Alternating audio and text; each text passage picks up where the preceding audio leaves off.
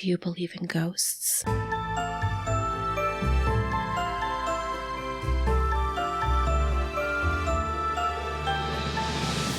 Welcome back to Paranormal Experience. I'm Melissa. I'm Mandy. And I'm Kelly. We're recording remote today because Kelly is with us from Florida. So if you hear any sound hiccups, we apologize in advance. Today, Kelly is going to tell us all about the phenomena of shadow people. Hello, everybody. So I figured we would talk a little bit about shadow figures because in the paranormal world, investigating, I think that's what we hear the most about. People seeing shadows move or things touching them. And it's not normally, anyway, like a full-bodied apparition. It's usually some kind of shadow. Most things I've experienced are shadow-type activities. Anytime our clients are giving us information, most of the time it's also they've seen shadows or experienced, a shadow figure. So let's start with the actual definition. Shadow people are the perception of a shadow as a living humanoid figure. They're also known as shadow figures or black masses. People who believe in the paranormal or supernatural may interpret shadow people as the presence of a spirit or other entity. But science says different. Science basically says there's no such thing, of course, because it may be proven indefinitely. Not really, even though they've been captured on film and video, that kind of thing. So basically what scientists say shadow people are, the first one is a disruption to brain function which can cause the brain to perceive two bodies instead of one. The brain may mistake the second. I'm sorry. A disruption in brain waves so that you see two bodies instead of one? Is that what you said? Yeah. Okay. I don't really understand that, but okay. So, I think they're saying, if you see somebody, down a hallway, and then you see, a shadow figure behind them, you're not really seeing a shadow figure. Your brain is making it look like there's two of that person. Okay, kind of like double vision. Okay, I understand. Yeah. The next reason is stress or fatigue, anxiety or optical illusions. All of these can cause shadows or dark spots in peripheral vision. These causes are usually harmless and can be treated by resting and avoiding triggers like, being tired. According to a new study, when a specific region of the brain called the left temporal parietal junction, or TPJ, is stimulated, it can create the illusion of a shadow person. Given that such experiences are often heightened in psychotic disorders such as schizophrenia and paranoia. And then last but not least is the other thing, and we kind of hear this a little bit, is sleep paralysis or other mental disorders, and pareidolia, which is the perception of a meaningful pattern used by your brain to make meaningful images. And we kind of experience that a lot too when we're investigating, right, or when clients are showing us things, Anybody not familiar with the pareidolia is if somebody takes a picture of a house and there's windows and there's some shadows maybe from trees or the sun or something else that's not in the frame of the picture, it might look like there's somebody standing in the window even though there's not. And, somebody's like, oh, I capture the spirit standing in the window. And it could be some kind of shadow or something. But your mind is trying to figure out what it's seeing and trying to apply it to something you're familiar with. And although I do believe that pareidolia is real and we do all experience it, I think that there's varying levels of belief on it. Some experts believe that, you could pretty much present anything to them and they would say it's pareidolia. Right. Yeah.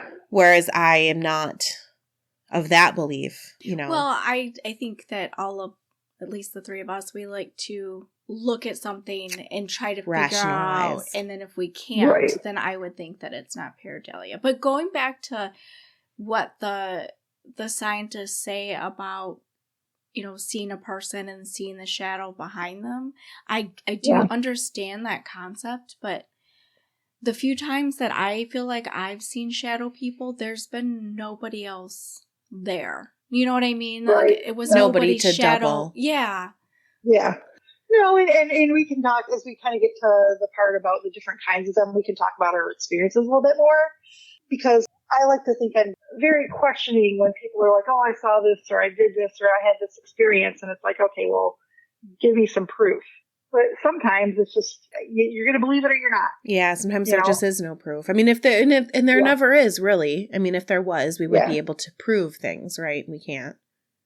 Right. And you got to look at the source too. That's why they always say, absolutely. take pictures. In the paranormal, I'm going to call it field. Yeah. You know, we actually talk about how we meet people, and sometimes you just get people that are always touched. And it always seems like they want to tell the stories about them being touched, and, you know, a little bit of attention-seeking behavior. And then there's people that seem to rationalize things and go through it like a scientific method. And, you know, so there's all sorts of different people. So you do have to look at the source, definitely. Absolutely. I tell people, you guys, people on our team or whatever, if you show me something, I'm not going to be like, oh yeah, wow, that's a really cool capture. I'm going to be like, okay, how many pictures did you take? What's a picture before? What's a picture after? Could it be this? Could it be that? Is it a shadow? I'm not just going to accept that you captured a spirit in your picture. Yes. Because I need to know what's going on there. And those are things you need to talk about. Again, just so you don't go out into the world and tell everybody, oh, every picture I have has, you know, an entity or a shadow person in it. In the paranormal field, you're supposed to take 3 pictures always. And that is hard to remember.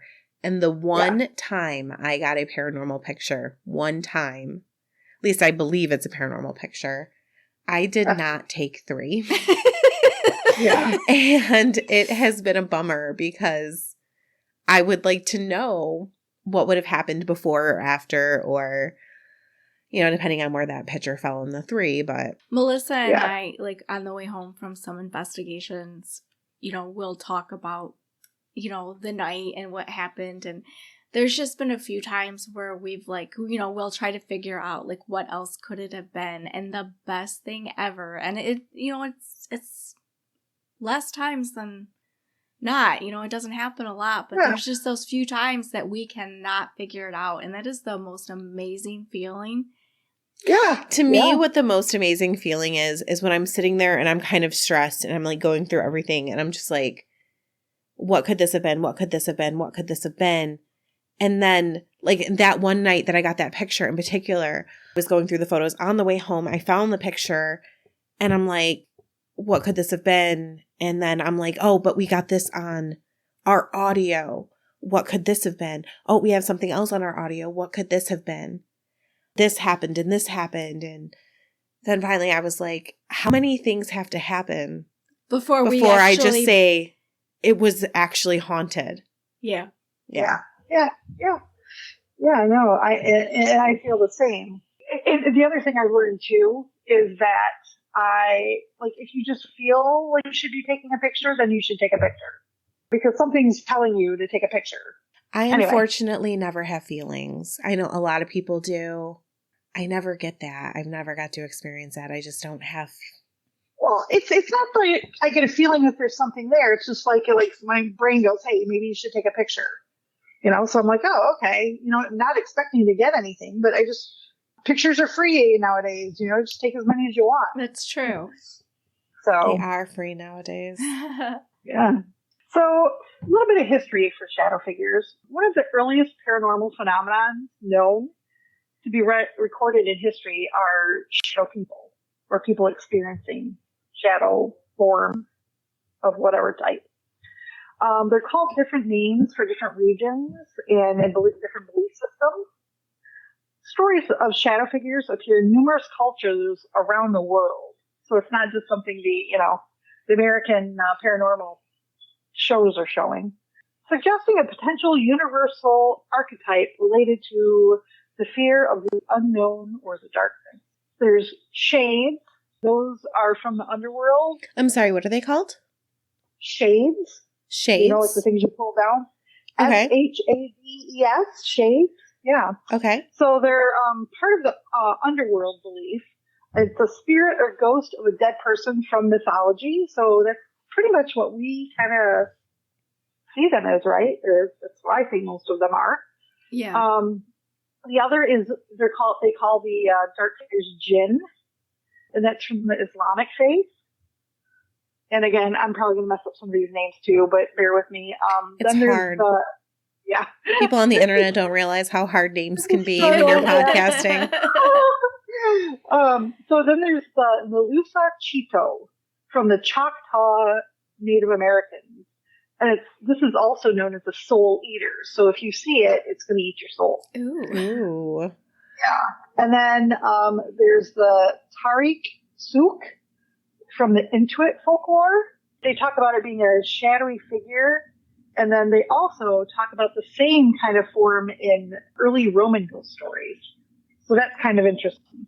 Because I think like Inuit are typically like Northern American, like Alaska. Yeah, I think so. There. So that's kind of interesting. Across the pond for British or German, they call it the Brocken Spectre. And then we have the Domovoy, which is Russian, Polish, and Ukrainian, meaning the one of the household. So they're saying that if you see it in your home, it's like a spirit that lives there, or maybe a family relative. Other house spirits are the Banat, a bathhouse spirit, or the Ovenik, which is a barn spirit. So, did you say bathhouse spirit?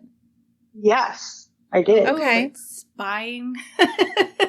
Voyeuristic one. Well, and I just think, maybe, I don't know. I didn't look into a lot of history of that, of like the bathhouse part of it. But I want to say, like, when I visited Scotland, like, they had a lot of the Banat, like that was a lot of the names of things. Usually when we talk about cryptids, we think about like Bigfoot or Dogman or whatever. But they also look at these forms of shadow figures as cryptids, and it's thought to be the oldest cryptid worldwide. Oh, really? That's interesting. Yeah. And one of the first reported, now this is reported, not from like ancient history kind of thing, was by a man named James Kidd in the late 1980s. Sorry. Yeah, that was not that long ago. All the shadow people had big hair. Yeah. James Kidd in the late 1800s, he claimed that a shadowy figure reached out to him, but disappeared when he turned the light on next to his bed in his hotel room. So that was the first time anybody had ever like written about it or documented seeing it. I have to wonder if a shadowy figure is reaching its hand out to you in a hotel room and you turn the light on and it disappears. Do you turn it back off?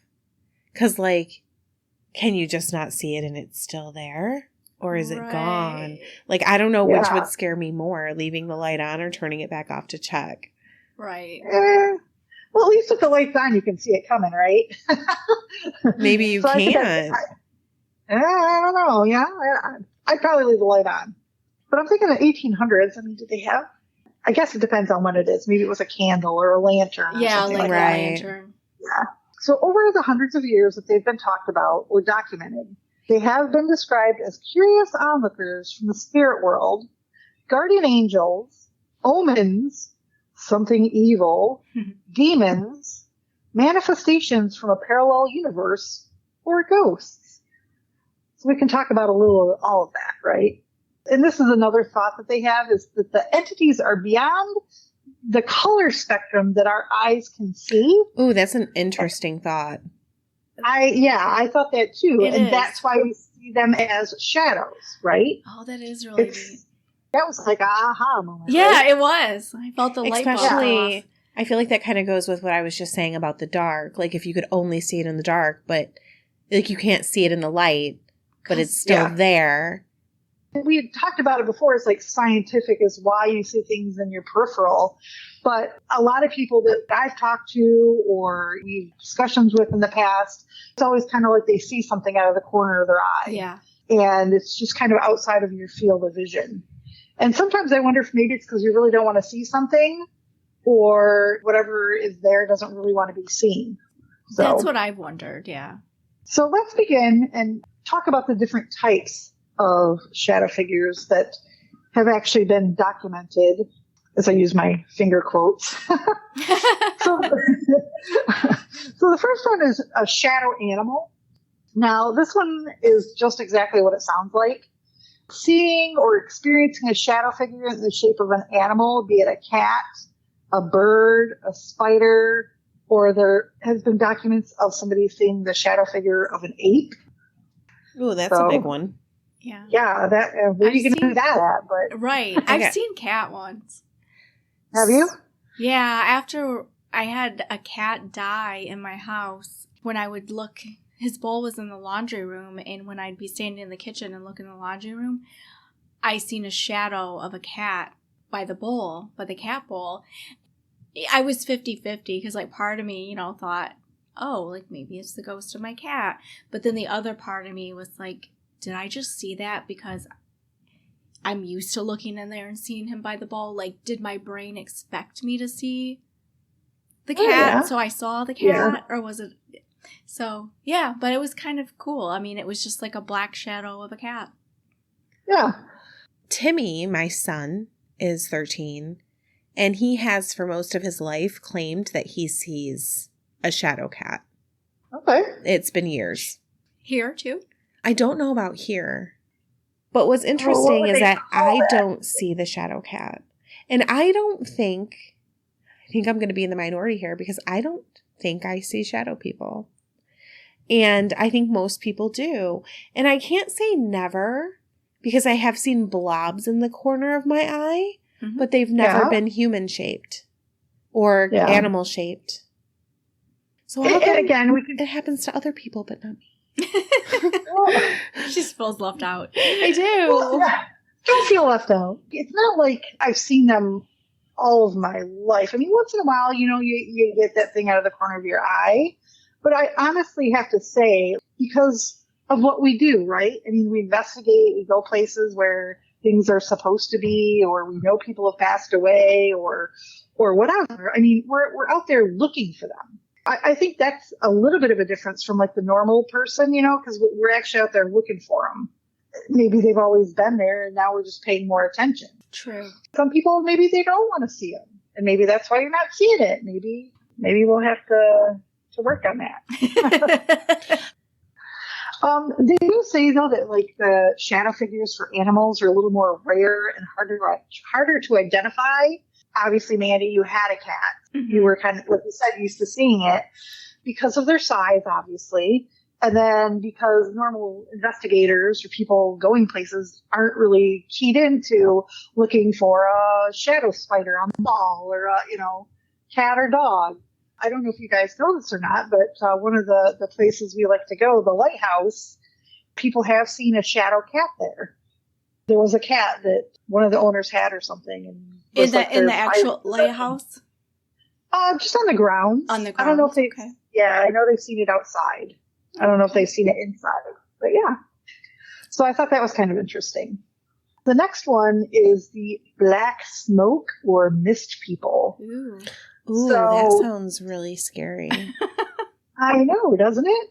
So these appear to be more of like a fluid form, kind of like a cloud or maybe something at the top of a ceiling or some kind of irregular anomaly. They're smoky or misty. They're noted to be attracted to people, like to follow people around or be in places that are associated with negative attention. I'm sorry. So there's not... This isn't something like you see in the fog. Like when you see it, it just is foggy or misty. Yeah.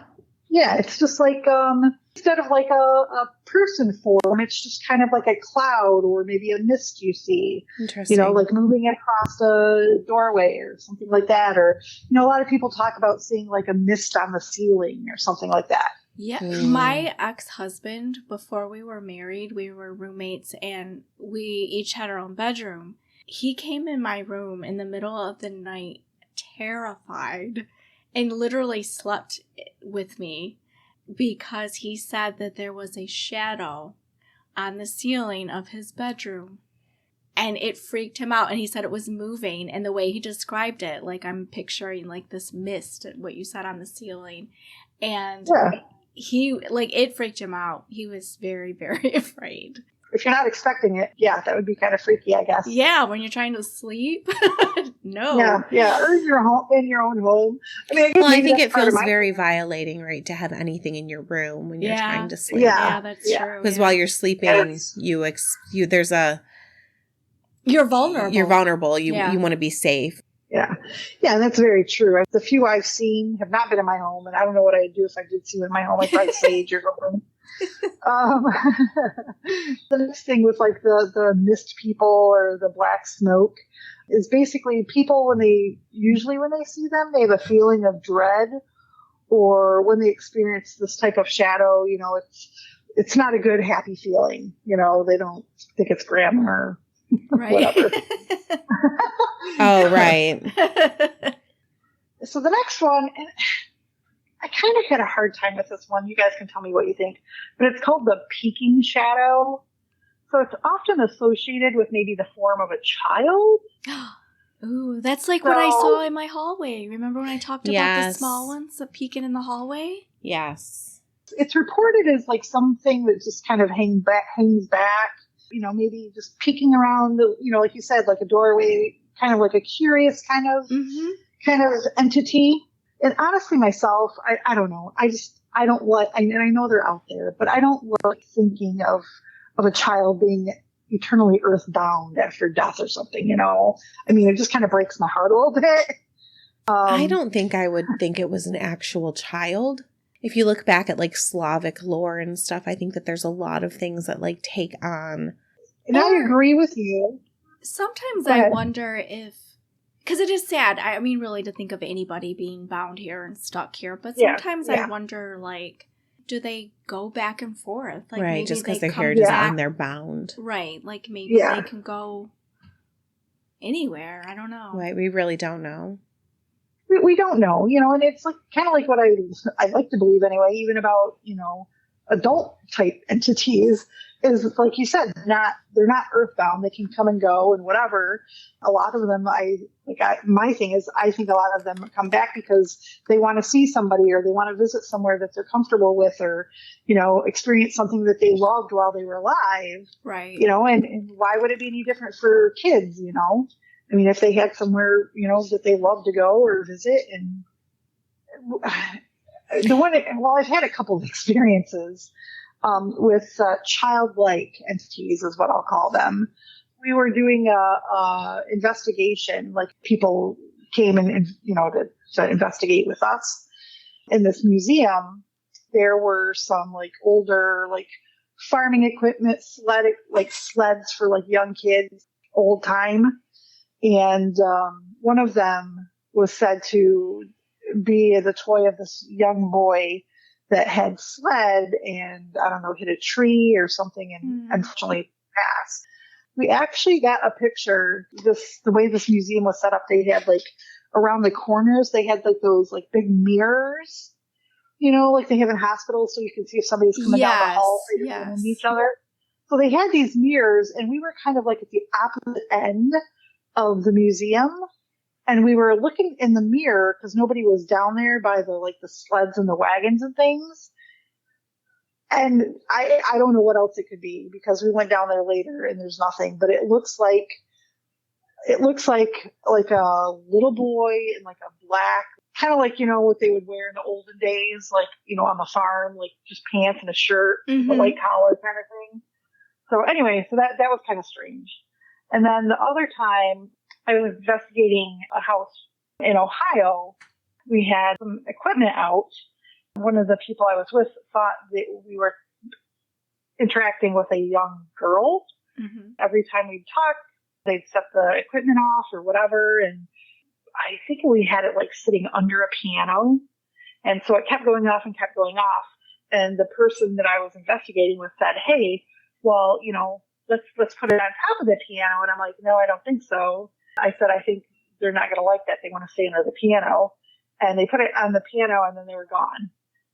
But it's like throughout the time we were there, like some of the things we had, like toys and dolls and things, it always seemed to interact with that. So who knows? When you first described the child shadow figure, like peeking around a corner. It was like kind of jogging a memory in me, but I couldn't think of what it was. It was like right on the tip of my brain. Mm-hmm. And I just realized, I've been thinking about it this whole time, and I just realized it's from Peter Pan. You know how he struggles with his shadow, and his shadow is kind of, peeks around corners and it's mischievous. Okay. Yeah. And that's kind of what I picture when I hear that description. I picture the depiction of Peter Pan's shadow. I thought you were going to say that you remembered that you did see a shadow person. Did I? No, I thought that's what you were going to say. Me too. No, not that I can recall. I have never seen a shadow person, but I do know that the Hat Man, did you have him in your... I do. Oh, okay. Well, I'll just say this. I know that the Hat Man is, normally considered a shadow figure, but with some clothes and a hat. And a little different than a shadow figure. Like I kind of, in some descriptions of him, I feel like he's more than just a shadow. Yeah. So I did once not see the Hat Man. I did not see the Hat Man. But it reminds me of this weird, we're going to call it a dream, that I had when I was young, where I was dreaming that I was awake. Or maybe I was awake. I thought I was awake. I opened my eyes in the middle of the night, and the way my bed was, if I looked to my right, I could see directly out my bedroom door and into the hallway. Mm-hmm. And my mother was standing there pointing a gun at me. But then I realized that she was halfway through the wall and it really wasn't my mom. So I stood there and I stared at her, like, really still.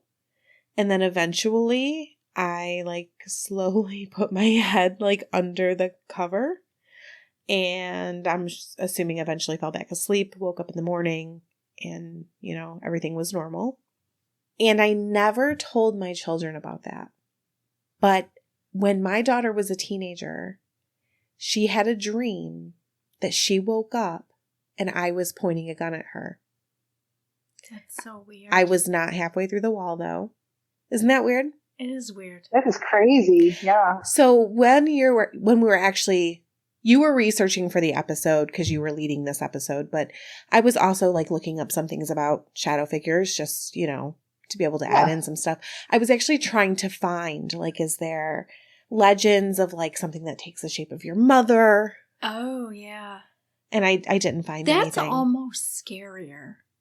Yeah. Like so a shapeshifter kind of. Yeah. There are a few things, and I didn't write it down, but I had known that there were from the research that I did on the cryptids episode that we did that had like the Kikimora and things, that there are different things that will like appear as family members, but none that quite fit that depiction of what had happened. Yeah. So, okay, I have a question about that because, was it in the same house by any chance? It was not. Oh, okay. Because one of our team members, who you know and love, she kind of had the same experience, but she grew up in the same house. What do you mean? She kind of had the same experience. Well, she grew up in a house. She ended up buying the house from her parents, so she lived there with her kids. And when she was younger, she said she would have a dream where she would wake up and this older man was standing at the foot of her bed. And she didn't say anything for a long time. She happened to mention it to her mother. And her mother said, "Oh, that's Mr. So-and-so. He used to live here and he died in your room." Oh my God. But she's like, he never did anything. He just, he would be at the foot of her bed. Mm-hmm. She never said anything to her kids or anything and whatever. And then, 20 years later, she has her own kids and they're in that same bedroom. They have the same exact experience. They wake up and there's a man standing at the bottom of their bed and they describe him exactly as she saw the person too. Which, again, it had been, probably 20 years he had died, 10 to 15 years before she saw him. And then, it's been another 20 years and then I did see him. So. Wow. That's neat. Yeah. Neat and scary. Yeah. So was there anything else about peeking shadows? No. Or I'm good. All right. Then moving on to just your generic old shadow figure. So this is described as an entity with a hooded cloak. So it's a little bit different. So there seems to be a feeling of fear or dread or despair when somebody sees the shadow figure. Others have reported being chased or attacked by a hooded figure. Most agree it is some type of humanoid spirit with aggression.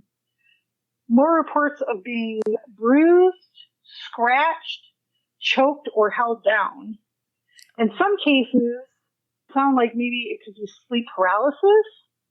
And then again, we can discuss that a little bit later with another topic. But I think that depictions of a hooded figure often are correlated with like the Grim Reaper.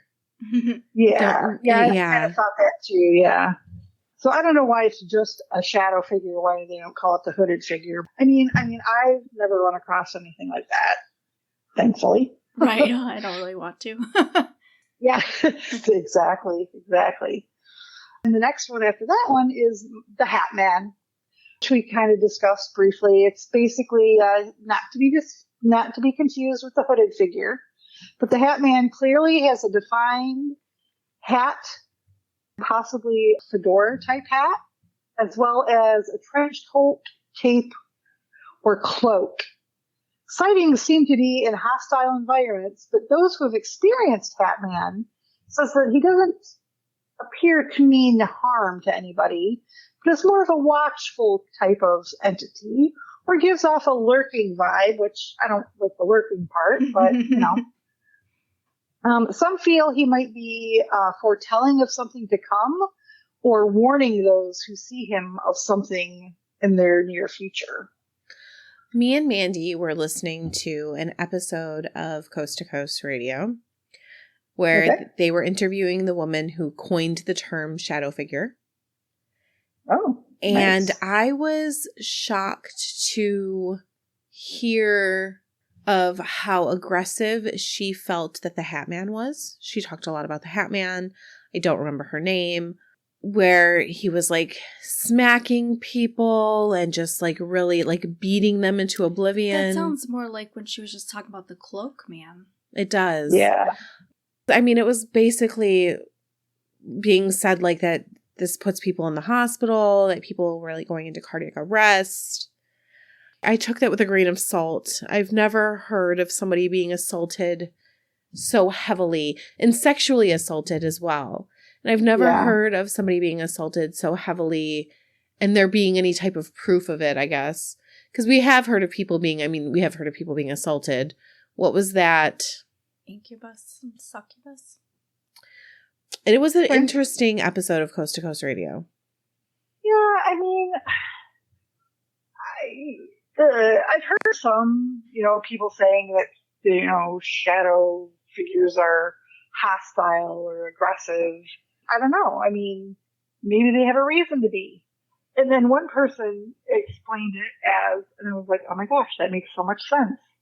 They're like, just imagine, you're this entity and you're stuck in this home and all these people come in every weekend and they're like, hey, talk to me. Are you here? Are you a man? Are you a woman?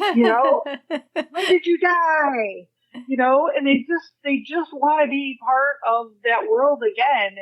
And they takes all of their energy to reach out and just kind of like try to tap you on the shoulder. And then you freak out and scream because something's touched you and it's run away. It's doing what we asked it to do. Yeah. It's trying to communicate. It's trying to reach out. And, you take it as, it's scratched me or, whatever.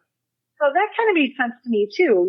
If you're trying to communicate with, something on the paranormal side and it actually tries to communicate with you, and then you scream and run away. So the next one is the red-eyed shadow figure. Ew, that one's horrifying too. Yeah. And you know what's crazy is when I was like researching this one, it kind of reminded me, remember when we talked about Mothman? Yes. With like the red eyes. Getting pink eye. Conjunctivitis. Yeah. Bring some, antiseptic for the poor red-eyed, Imagine myself going to the doctor. A shadow man gave me conjunctivitis. So this entity is considered one of the most frightening because of the glowing red eyes. Mm-hmm. Yeah. Surprisingly, there haven't been any reports of this type of shadow figure being aggressive or attacking those who see it. Maybe it's like an animal. The brighter the colors, it's just pretending to be poisonous. It's not really poisonous. Yeah, that's a good idea. Yeah, I hadn't thought about that. But, I would imagine just wandering around a haunted location and encountering a shadow with red eyes would make most people's heart race. Mm-hmm. Cause you to maybe exit immediately.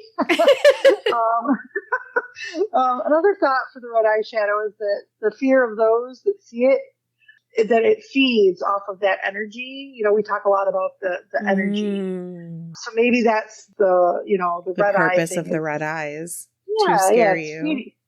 Yeah, so it gets more energy that way. Why do you think, like psychologically speaking, because I'm always thinking about human behavior. It's probably so annoying, but I always do it. Why do you think we think red eyes are scary? I was actually thinking that when she was saying it, and I almost feel like it's the same reason as the Ouija board, right? It's movies or You think it's stories. Movies? And I think the Amityville Horror. Yeah. Did you see that one? Yeah. Of course. Yeah, maybe that is why. Because, when I was little, I had a white bunny. Oh, the pink eyes. With the, and they were like, bordering red. And I remember, you think it's scary even when it's a bunny. I think that we think of red and black to be kind of scary, evil colors. Right. Maybe red because the devil, or black is, And that has to be media because, like in the it might have been longer ago than that, but long ago when, if you like look at paintings of men long ago, they're all wearing like pink robes and things like that because pink didn't used to be a feminine color.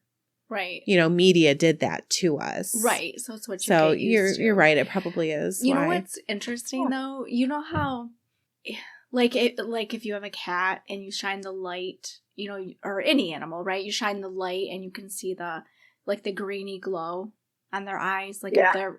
Yeah. Wait, I'm sorry. No. Shine what light? Like a light shines on their eyes and you see their eyes glow.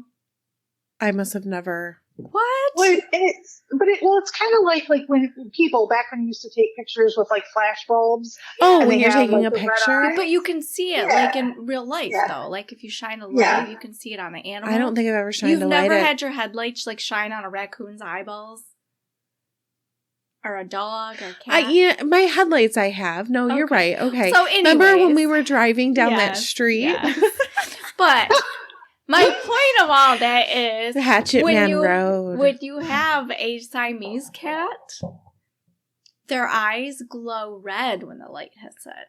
Oh, really? It's not like that green. And the reason for it is the breed, it's like a form of albino.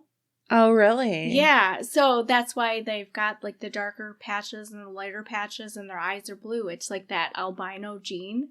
But that their eyes glow like a reddish color, and it's kind of freaky when you didn't know that. Because the first time I had a Siamese cat and its eyes glowed red, I wasn't sure what to think about it. It's like this particular shadow man has a little bit of albino gene, but he's like a dark. He's like a shadow albino. Sorry, well, maybe. No, that's okay. Maybe because he's a shadow man, and he's hanging out in the dark, creepy places. He's got the red eyes because maybe that's what you see first. That's true. And then you're just like, oh, there's eyes. Oh, there's a whole shadow there. I don't know. So the last one I have, which I don't count this as a shadow figure at all, but everything they researched just was added in there. And I'll tell you why in a minute. You probably already know, but Slender Man. I actually didn't know. Did you know? No. No what? Because you were like, you probably already know. And then you were like, Slender Man, I didn't know. Anyway, go ahead. But he's not a shadow figure. He is not. He's not even real. I think that, wasn't he created like in the 2000s? Yeah. So why do they keep putting, in everything I looked in, he was listed under a shadow figure. I don't consider him a shadow figure by the pure fact that he was just invented or created on the internet. Yeah, by a guy named Eric Knudsen in 2009. It became like a pop culture icon. And it's now considered folklore because, you know, everybody's like bought into this and people supposedly seen Slender Man. There was even those girls that like murdered their friend. Yeah, yep. Basically, it's considered folklore because it was invented by and given life by the followers. And for those who want to believe, for Slender Man had a large following and people began reporting sightings. It even led, like you just mentioned, to the horrible violent acts in 2014 where a young girl was attacked by two of her friends and they turned around and blamed it on Slender Man. And I bring this up because I watched a movie recently that draws some similarities. So that's Slender Man. He's not a shadow figure. He's made up things. So I don't know why they just going back to all the reports of Slender Man after, it's kind of disturbing because it's like I want to be able to rely on reports or people, you know, people's eyewitness testimony. And it's like, we know Slender Man was created in the 2000s. We know he's not real. Okay, but what about this take on it? The people that see it, maybe he's their version of a shadow person. You know what I mean? Maybe they're seeing a shadow person just calling it Slender Man. Mm-hmm. You know, and I do think that there is a few cryptids, like lesser known cryptids, that do actually fit into what somebody could mistake for Slender Man. Like, isn't there like a gray, kind of naked, like tallish, I don't remember what he's called. Or even Skinwalker? Or even, and I'm not saying that I don't believe shadow people are real because I feel like I have seen stuff, but we were all alive at a time when we know Slender Man was made up, right? We know that. Like, who knows? Did other people make up the other shadow people? You know, at one point, was it a story? And then people start, you know, you see what you hear. I mean, is that you're influenced by it? I don't know. Yeah, it could be. We just don't know. Slender Man was one of the last ones that, like I said, that was under a category of a shadow figure. But what I kind of found was missing was like the general paranormal shadow figure that we're all used to and love. Mm-hmm. And people can believe it or not, right? I mean, and that kind of goes with anything that we do, you know, investigating or paranormal wise. But I feel I've seen a few over the last few years. And for me, they were pretty clearly representations of a person or someone associated with the location that I was at. Like, for example, back in 2019, I was at Myrtle's Plantation in Louisiana, and I very clearly saw in broad daylight a shadow figure of a petite-built woman on the back porch of the plantation house. I was just sitting there in the rocking chair, and I caught movement out of the corner of my eye, and when I looked up, this shadow figure came right at me. It's one of those things, and I kind of did a quick check, like there's nobody around. There's just me sitting there. Right. There's nobody walking to make a shadow in the daylight. And it stood right next to me, and then it was gone. What did you do? How did you react to that scenario? Well, I didn't think I did anything. I thought it was pretty cool, right? So I was just like sitting there and going, wow, did I just see that? But must have been some indication because Judy was sitting on the other side of me, and she's like, "What's wrong? Are you okay?" And I'm like, "Yeah, So I told her, and she's like, oh my gosh, so obviously there was some indication that I don't know if I was freaked out or whatever. I mean, I thought I handled it pretty coolly, but yeah, I just kind of sat there going, okay, well, because it's like, did I really see it? Or was that just like a figment of my imagination? But I'm like, okay, well, we'll see. So later in the day, we had a tour of the same house. And so I didn't want to be one of those people like, ah. So I waited until after the tour and I pulled the tour guide aside and I said, hey, this is what happened to me on the back porch. She's like, oh yeah. She's like, that's Chloe. And I'm like, Chloe? And if anybody knows the history of Myrtle Plantation, it was owned by the Woodruff family. And Chloe was one of the slaves there. And it is said that she was the mistress of Mr. Woodruff. And basically, it's a long story, but she was trying to poison the wife because she wanted to be the number one woman in the house. Hell, half and fury like a woman scorn. Yeah, well, unfortunately, she accidentally poisoned the children. Oh, no. Who she cared for, and took care of. So she's like, oh, yeah, that's Chloe. She's like, she likes to hang out there and check out people sitting on the porch. She's like, if you care to, she's like, in our store, she's like, we have like a video playing of captures, like people have taken pictures or short videos of stuff they've experienced. She's like, and I think there's something in there. And sure enough, I went in there and right exactly where I saw it was this shadow of this woman. That would be so cool. Crazy.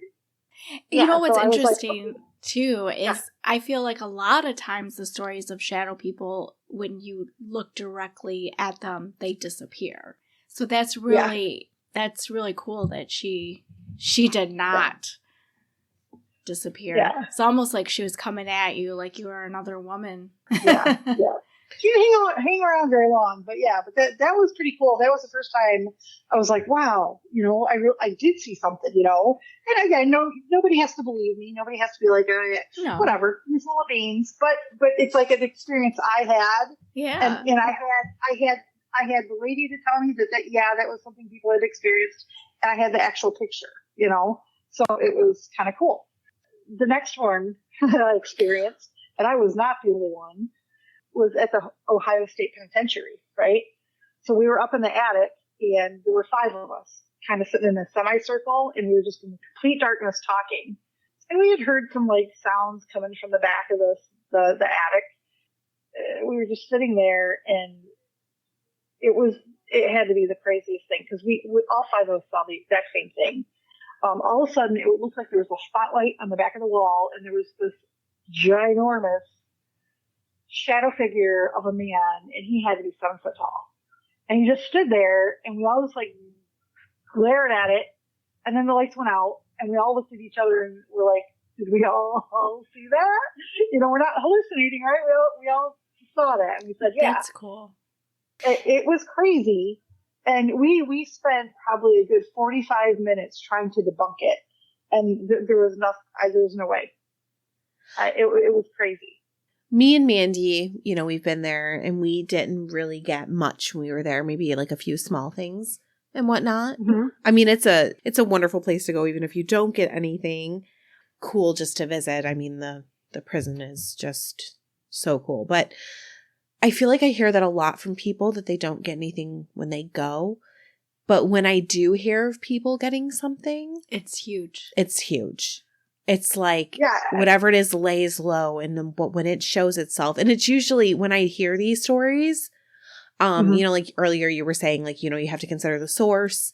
They're from people I would say are credible, and it's huge, always huge. Yeah. If you get it, it's lucky there, Yeah, and I just wish we would have got it on video or a picture. You never get always. It. We always never. And again, the thing that gives me, okay, I did see that is I'm not the only one that saw it. Yeah. There were 5 of us, and all 5 of us saw it. And, and we had some other stuff go on that night too. We were up in the cell areas, and I was standing there talking to somebody, and right in between us, you hear somebody breathing, and we just kind of looked at each other because we knew it wasn't us. We were the only ones standing there, But it was cool. I mean, seeing that huge I'm not going to lie, the first second I saw that thing, it was a little scary because it was big. Yeah. And all I can think of is, because the Green Mile, right? Was the guy from the Green Mile, the really big guy from the Green Mile. That's all I could think of was that dude. So that was pretty cool. So Mandy, I mean, you saw something peeking. Was that right? Have you seen any other shadow figure type entities? Well, actually, can I interrupt? Of course. So I sent you guys a picture to the group chat. Okay. And this is what I was talking about, which this does say, like, allegedly the pale crawlers occur in many indigenous Algonquin tribe teachings. However, evidence points that the pale crawlers are seemingly an internet folklore invention, which would be like Slenderman. But I have seen, I don't remember them being called that. So I feel like whatever I was aware of was actually called something different. But this picture looks similar, a little more cartoonish, but similar to like what I had seen named as a cryptid in the past. And I do feel that this could be, if you look up pale crawlers, you'll see what I'm talking about. I do think it could be mistaken for Slenderman. I mean, if it was standing. Yeah, like this is depicted as gray, but I feel like the depiction I saw before was more of a skin colored depiction. It's kind of got like a human head, but its eyes are kind of just like void. Yeah, but glowy. Yeah. Very skinny and very long, like appendages and torso, and very long fingers as well. So I would think that, that could be mistaken for Slenderman. But anyway, back to Mandy. Do you have any other Shadow Man? I know you have a Hat Man story. I do have. I have a Hat Man story. It's my sister's story, and I think I had told you guys, but I'll say it again really quick. She was sleeping and she had her door shut and she heard her door unlatch and she looked up and she yelled, "What are you doing?" or something like that, because her first thought was that it was my mom, because logic was my mom, her mom was the only other person in the house. So I think her brain was going, that has to be who's opening the door. But she said as she looked at it, she realized it was not my mom, because it was really tall and she could see the outline of a hat. I don't know if she said it just disappeared or the door shut, but we kind of got a laugh about it because I said, "You are the only person in the world to yell at Hatman, 'What are you doing?'" I would think that he would be frightening to most people, and you are yelling at him and scared him away. But the next day, the tumbler on her door was broke, so she had to get a new doorknob. Maybe it broke in the middle of the night, and that's why her door unlatched, and she was dreaming and saw the Hat Man, right? That's logic. Or maybe did he break it when he opened the door? So that was her story. And then mine, I told you guys about the cat earlier, and then the other one in the hallway by where my boy's bathroom is. If you're sitting in the family room watching TV, if you look to the left, you can see the hallway. And my sister and I would watch TV, and out of the corner of our eye, we would see something that looked child-size, like a figure in the hallway. And when we would look directly at it, we wouldn't see it. But what was weird is it got to be where we'd be sitting there and she'd say, it's there, and then I would look and I would see it too. So I felt like that was some validation. But the one time when we were sitting there watching TV, we looked and I said, "Heather, look, it's there." And she said, "When did it get so big?" And I was thinking the same thing. This one was tall. Like, it definitely wasn't the same as the child. It was kind of neat that we both saw the same thing. Don't know what it was, did not feel afraid, slept like normal that night. Nothing, it didn't make me afraid at all, but it was validating to have both of us see it, but it was always just in that one hallway. We never could figure out what it was, so I think that's all my shadow people stories. That's enough, yeah. I don't know that's enough. I would sleep in my own house if I saw that, but sometimes things just don't scare you. You know what I mean? You just get a feeling it doesn't scare Mandy's you. used to it. Yeah. Mandy must be a little bit sensitive in some ways. I kind of, I always wonder that because I feel that you're very credible. I never feel, I know you very well. You're not lying. No. But I never experienced things like that. So I just think I'm not, just like you were saying earlier, Kelly, with feelings. And I said, I don't get feelings. And you're like, well, it's not a feeling. It's just my brain telling me. My brain doesn't do that. So I hear that those kind of things a lot, in this paranormal industry. And I do not experience that. I never get feelings. Or when people say they go into a place and they feel oh, there's something here, there's something negative, or they just get a feeling.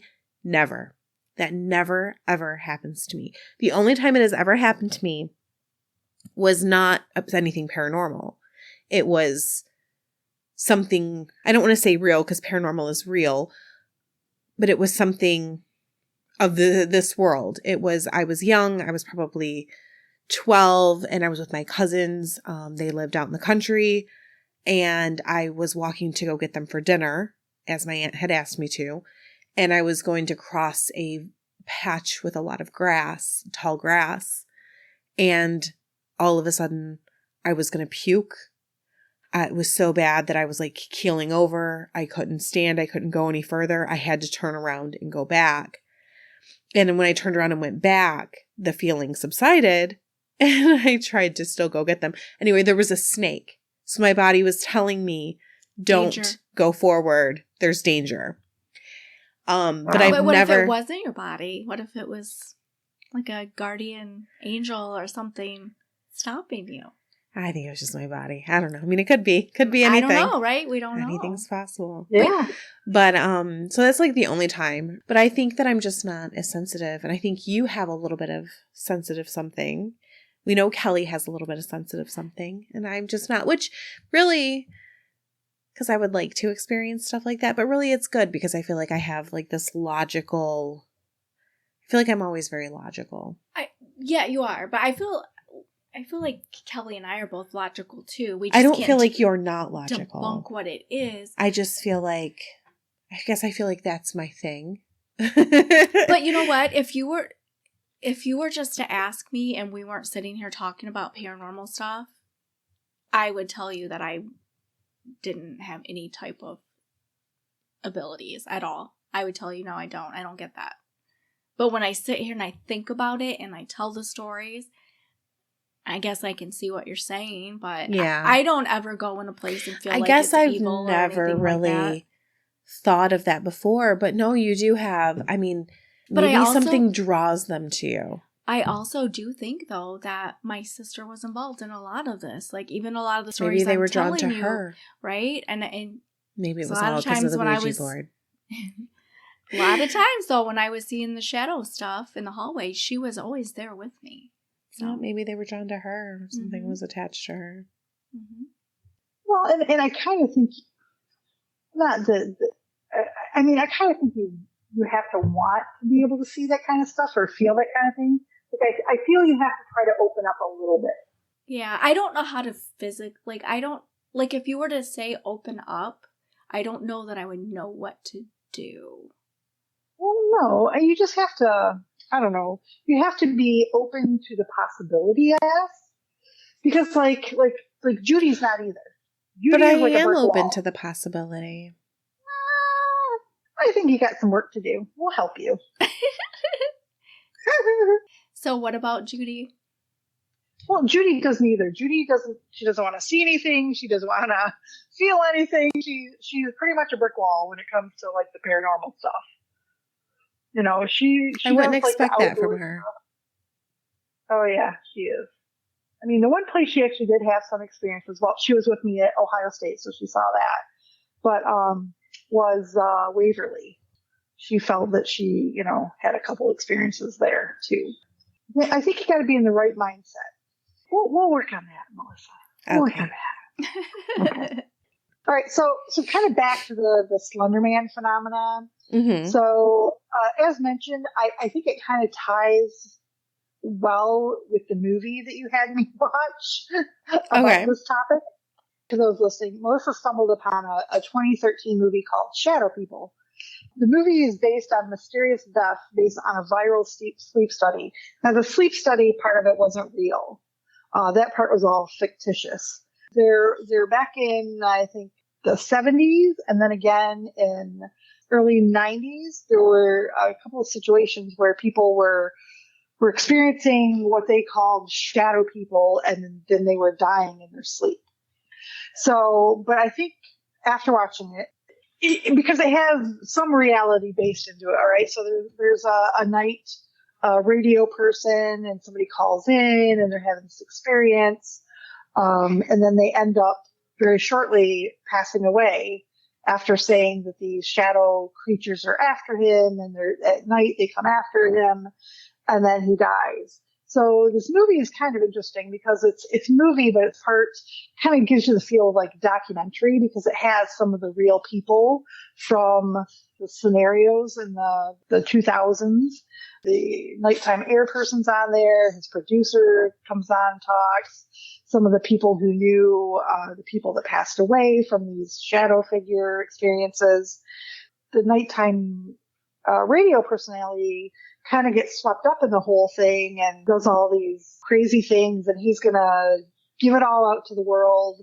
The CDC gets involved because these people are dying and nobody knows how or why because they're not sick. They don't have any physical problems, and they can't figure out why they're just dying in their sleep.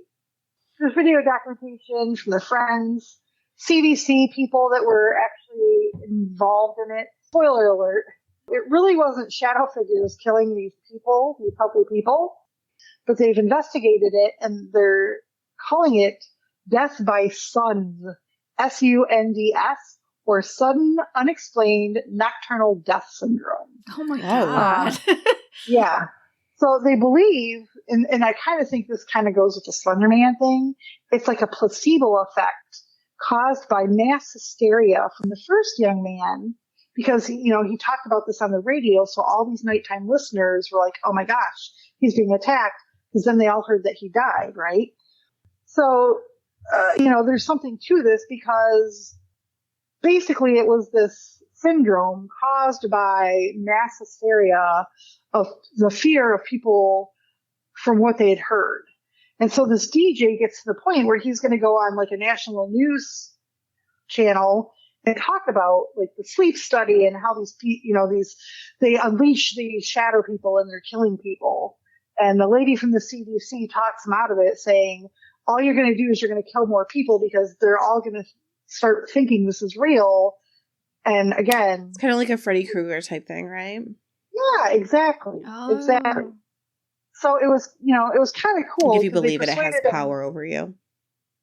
Exactly. It's like the power of the mind.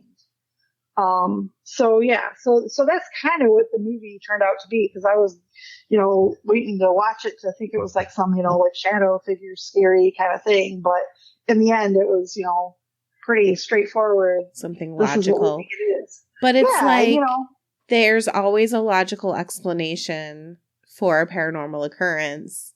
And I feel like, is it really any more provable than the paranormal occurrence? Exactly. Or is it just their hypothesis? Well, exactly. And then the SUNDS that they came up with, sudden death, nocturnal death, I mean, what's the cause of it? Is that, people having nightmares? Is it, what is it? I mean, they came up with a name for it, but they can't explain it. They can't explain why nobody else has died from it. I think that's kind of like a SIDS. Mm-hmm. Yeah. Yeah, maybe. Yep. And, but, besides paranormal investigators who go out looking for shadow figures, if you're in any of these occupations, you might experience some type of shadow figure yourself. So basically they talk to people, and anybody who is like hospital staff, in a hospital where there's a lot of death and dying and, whatever, they report seeing, entities or shadow figures. People often around, loved ones who are passing away, see something at the time of death. Obviously paranormal investigators. The other one is emergency response people, police, EMTs, firefighters. Again, sometimes they have to deal a lot with, death and dying and people being hurt kind of thing. If you're interested in more paranormal discussion or investigation, there's lots of paranormal shows that have episodes dedicated to shadow figures. There's, Ghost Hunters, Ghost Adventures, Kindred Spirits, Paranormal Caught on Film, Dead Files. All of them have stuff to do with shadow entities. And it is funny because I did find in my research that there were a couple of pages that basically said emphatically, shadow people are not real. But they can be a result of a number of psychological and physiological conditions. Well, I think that, that is the catch-all for everything that people can't explain, Oh, yeah. Psychological. Yeah. In some instances, yes, of course, sure. People on medications, people with mental health issues. I get that. But I mean, not that I've seen a ton of them, but I've seen a few, and I've seen other things happening that I can't say, there's nothing, paranormal is all made up.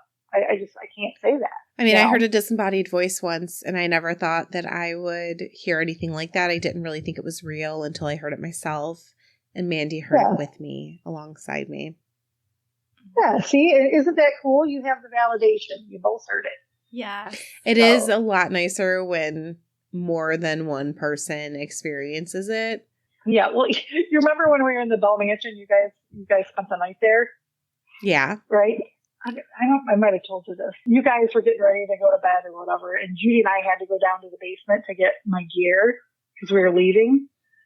There was that door into the basement area, where they had some caskets. And you guys heard footsteps? Yeah, because we both heard it. So it wasn't like we were tired and whatever. We both heard it, and we just kind of stopped and looked at each other. So again, validation. It helps when somebody is there to. I remember you said you didn't tell us because you didn't want to scare us, but we already would have known. We wouldn't have left anyway. Because the first time that we were there, we were in the basement and Mandy was in the body box. We got a long series of EVPs, almost like it was just having a conversation with us that we didn't know that we were having. So we wouldn't have been surprised at all to hear that. Yeah.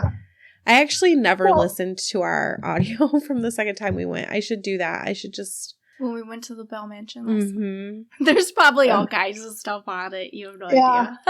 Yeah, way to go. Where's that evidence? But I think, now that I think about it, I think I listened to part of it. I think I listened to up until the time we went to bed. I would be most interested in what happened while after we were sleeping. To sleep. Because we didn't get a ton of activity while we were up. But once we planted down to go to sleep, we blew up our air mattresses in the yoga room and got settled, the equipment just started going off. And we're just tired and laying there. And my daughter-in-law, and I thought she was going to be scared, and she just wasn't. You guys just went to sleep. Mm-hmm. And I just watched the equipment for a little while and then went to sleep. Anyway. Well, it was one of those things, so we heard that in the basement, right? So we're like, okay, we're leaving. We got it. You don't have to come any further. We're getting out of here. But it was one of those things where, and I'm not usually like that, but it was I had all my stuff and Judy was helping me carry it. And we went to go up the stairs and she went first. And when you get that feeling like something's behind you and you just want to run up the stairs. And I felt like that. And Judy was in front of me. I couldn't go fast. And I was just grab you and you on the stairs. But yeah. That's funny. But yeah, and I usually don't feel, stuff like that usually doesn't bother me. But I felt like something was behind us down there. Yeah, I don't like that feeling. But that's all I had. Well, that concludes our episode on shadow figures. Thank you very much, Kelly. And I enjoyed it. And I hope you guys enjoyed it as well. Talk to you next time. Bye. Bye. Bye.